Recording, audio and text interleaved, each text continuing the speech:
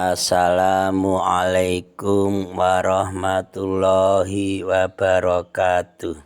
Selamat berbahagia jamaah ngaji tafsir Al-Quran dengan referensi kitab tafsir Al-Ibris Mu'alib Mbah Kyai Haji Bisri Mustafa Rembang dengan sanad Mbah Kyai Haji Samsul Mu'in Khalid, pendiri dan pengasuh Pondok Pesantren Darul Amin, Jajak Banyuwangi, Jawa Timur. Semoga berkah, amin. Dilanjutkan surah Ali Imran ayat 69, tema sikap ahli kitab terhadap Islam, dengan subtema sikap dan perbuatan orang Yahudi yang sangat buruk, yaitu usaha mereka untuk menyesatkan umat Islam dengan jalan menimbulkan berbagai persoalan yang meragukan pada orang mukmin. A'udzu billahi minasyaitonir rajim. Bismillahirrahmanirrahim. Watta'ifatun min ahlil kitabi law yudhillunakum wa ma yudhilluna illa anfusahum wa ma yash'urun, yang artinya segolongan ahli kitab ingin menyesatkan kamu, padahal sesungguhnya mereka segolongan ahli kitab tidak menyesatkan, melainkan menyesatkan diri mereka sendiri, tetapi mereka tidak menyadari.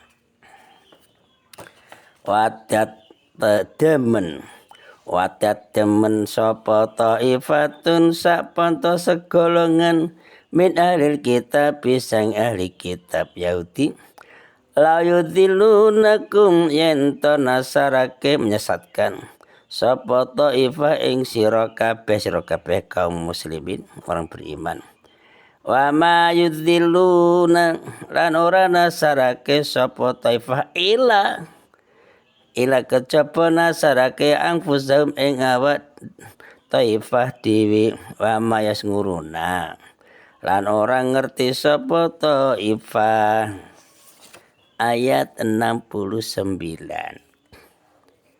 Usaha segolongan ahli kitab akan sia-sia belaka, gagal total, 100% gagal. Dan tipu daya mereka, otak kotornya, akan menimpa mereka sendiri. Karena apa?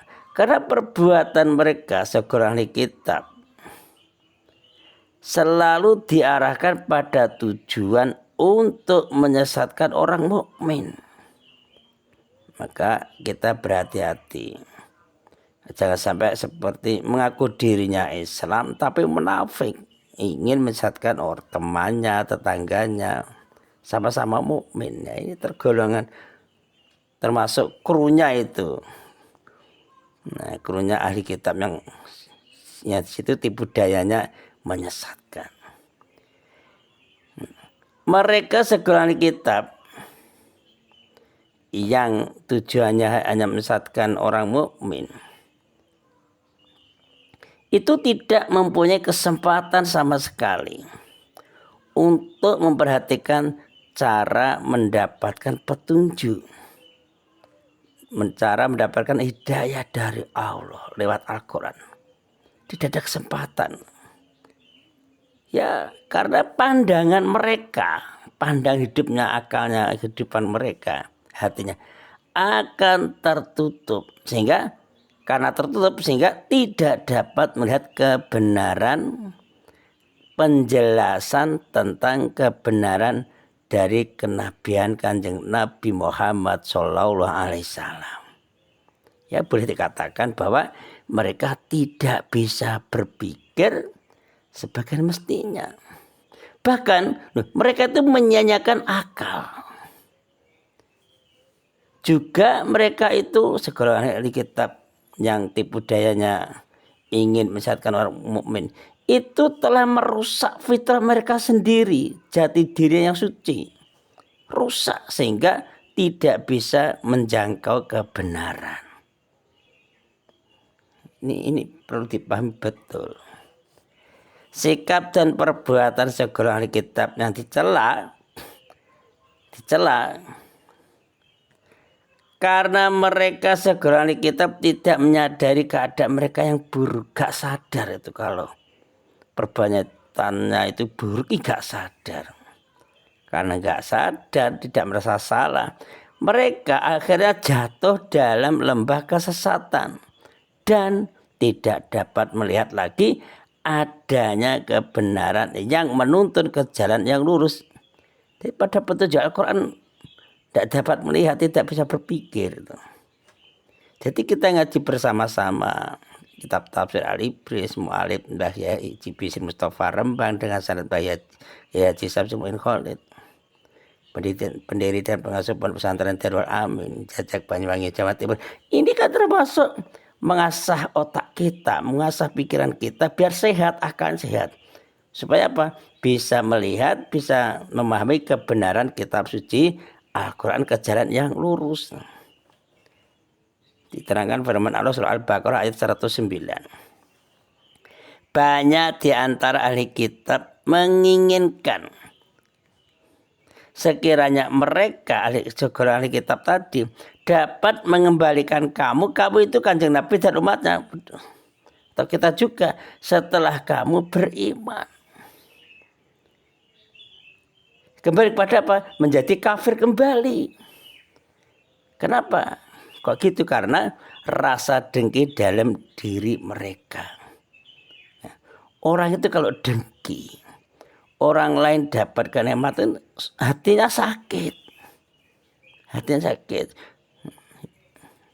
Tidak terima itu loh. Kok kamu masuk Islam sih? Aku nggak terima kamu seperti saya sendiri. Kok masuk Islam? Benci, iri. Itu penyakit hati. Misalnya kita diselamatkan dari sifat iri dengki tadi. Amin. Surah An-Nisa ayat 89 juga menjelaskan.